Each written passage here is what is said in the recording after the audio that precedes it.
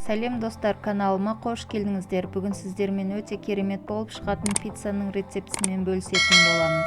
Ол үшін бізге жылы сүт, ұн, сұйық май, дрожжи, қант және тұз керек болады. Жылы суымызға тұзымызды, дрожжымызды, қантымызды және сұйық майымызды салып жақсылап араластырамыз. Одан кейін ұнымызды сала отырып, жақсылап араластырып, қамыр илейтін боламыз.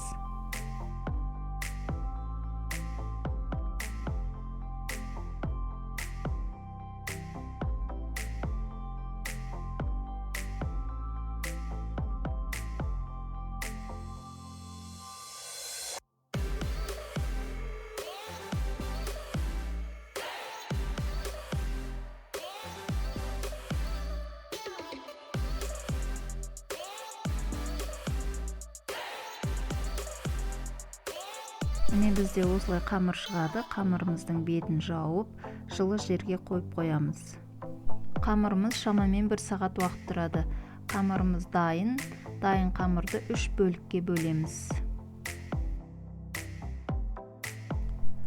Қамырымызды ыдысымызға салып, осылай қолмен жаямыз. Қамырымыз өте жұмсақ, жақсы болып шығады және піскенде өте жұмсақ, керемет болады.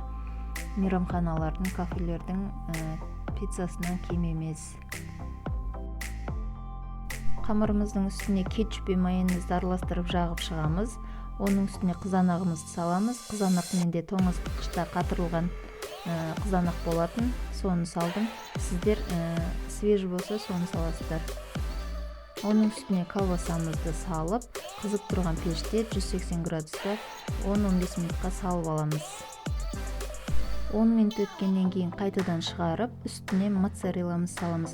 Менде моцарелла, өзім қолдан жасаған моцарелла YouTube каналымда бар. Жасалу жолы, соған кіріп қараңыздар.